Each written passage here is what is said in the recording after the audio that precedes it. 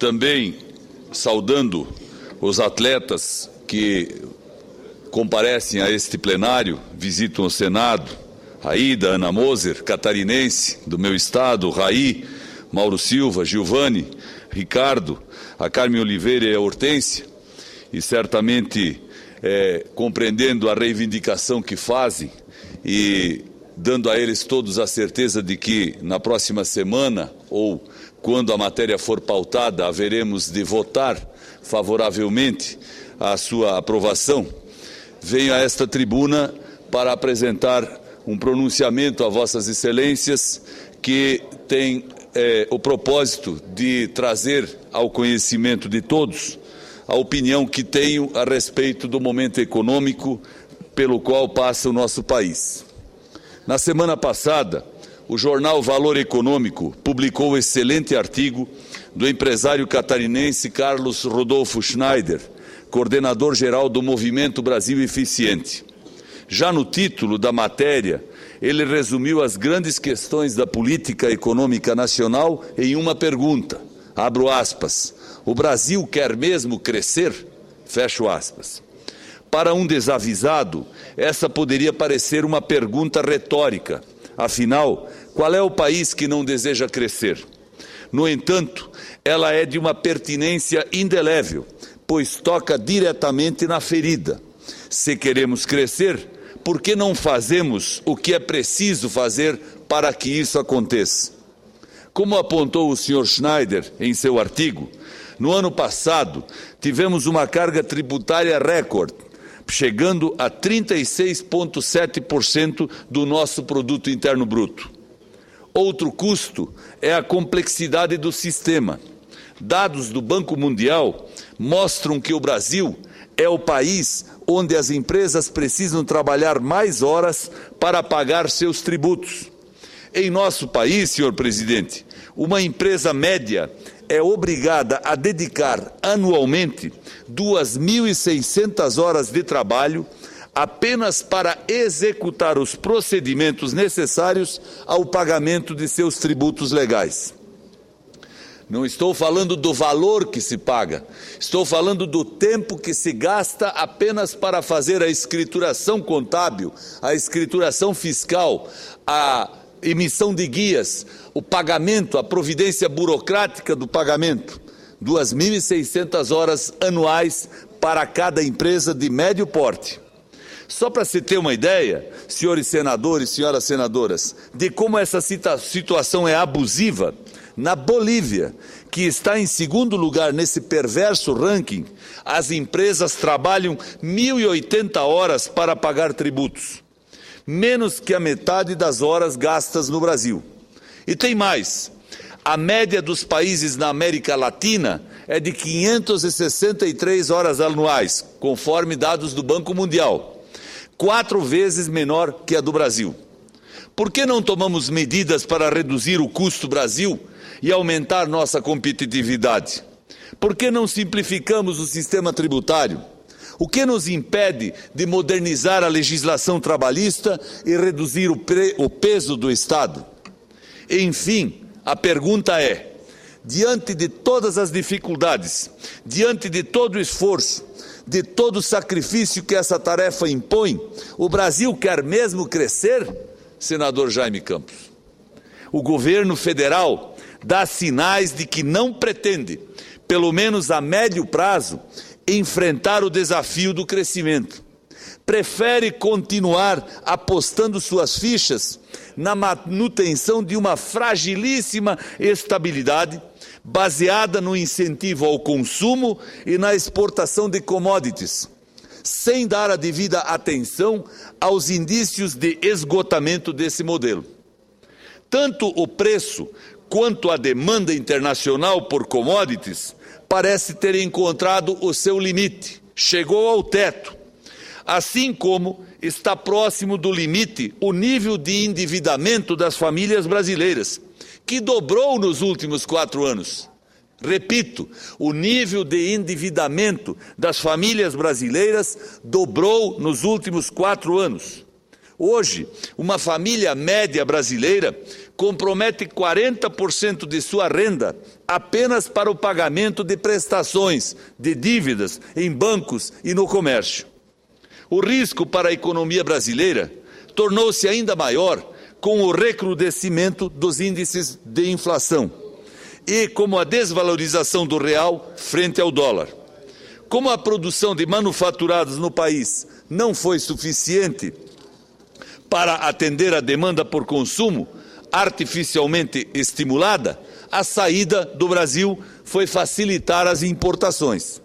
Agora, com o dólar novamente valorizado, os produtos importados ficaram mais caros, aumentando ainda mais a pressão inflacionária.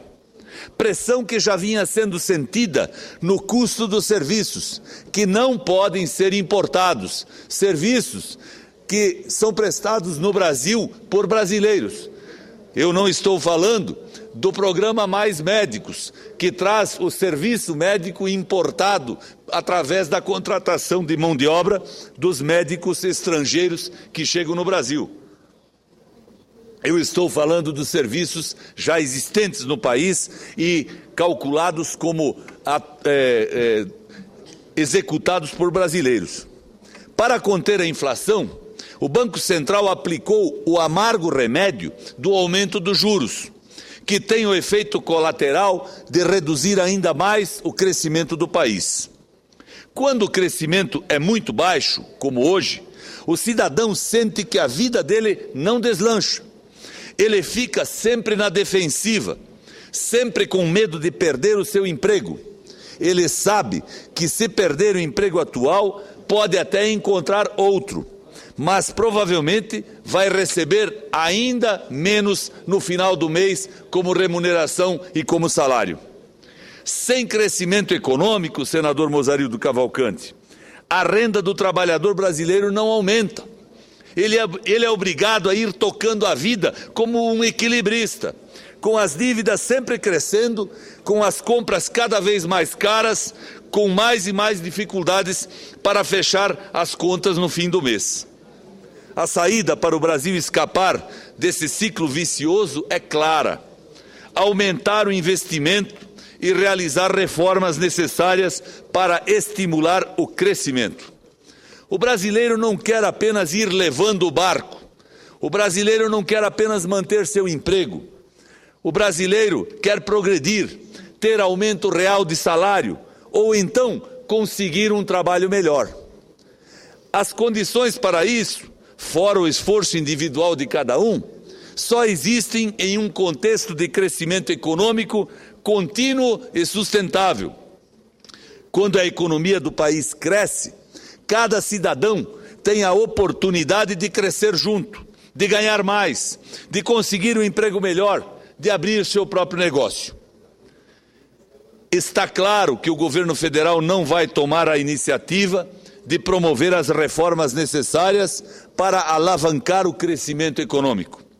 Esse fato ficou patente, ficou claro no último pronunciamento da presidente Dilma Rousseff em cadeia de rádio e TV, quando ela esquivou-se de reconhecer os problemas que a economia brasileira vivencia. Foi no dia 7 de setembro. Mais que isso, ela chegou a exaltar os modestíssimos índices de crescimento atuais. Comemorou, vejam Vossa Excelência, comemorou o fato de termos ultrapassado o México e de não estarmos mais na lanterna entre os países da América Latina. Mas ela não disse que, apesar de não estarmos mais na lanterna, estamos na zona de rebaixamento. Isso é absolutamente verdadeiro. A propósito daquele pronunciamento, senhor presidente, senhoras senadoras, senhores senadores, quero abrir um parênteses. A presidente da República acumula as funções de chefe de governo e de chefe de Estado no nosso modelo e no nosso sistema republicano. No dia 7 de setembro, a presidente da República deveria falar para a nação como chefe de Estado e não como chefe de governo. Como chefe de Estado, ela deveria exaltar as conquistas do povo e do país, A história do Brasil deveria ser valorizada. No entanto, ela foi apenas chefe de governo.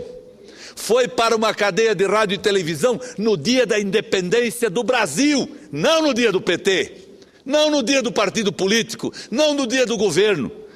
Foi apenas para, como chefe de governo, divulgar projetos e números do seu interesse, com objetivos eleitorais, sem dúvida nenhuma, para elevar sua popularidade em pesquisas de opinião.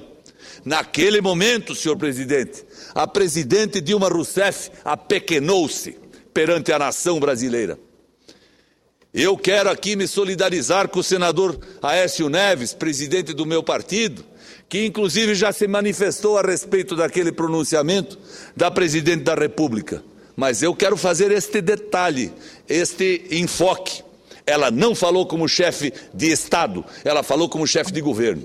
E no dia 7 de setembro, quem fala é o chefe de Estado, é a autoridade maior do país, é quem representa o povo brasileiro e quem tem a responsabilidade de conduzi-lo.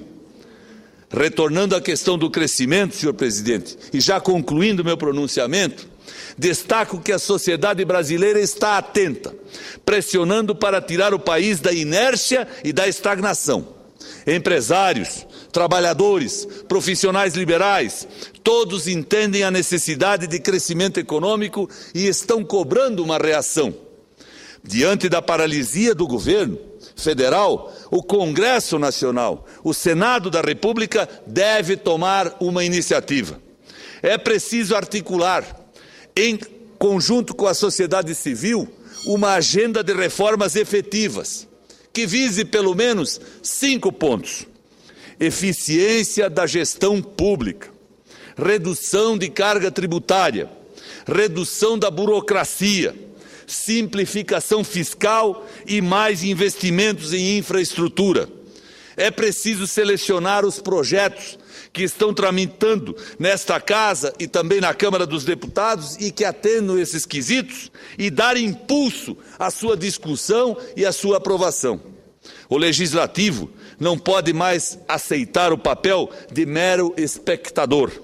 O Brasil quer mesmo crescer. E não quer, e não pode, e não deve esperar mais pelo governo federal, porque o governo federal, infelizmente, está devendo à nação e não está dando a atenção devida para que o Brasil continue crescendo como todos desejamos. Muito obrigado.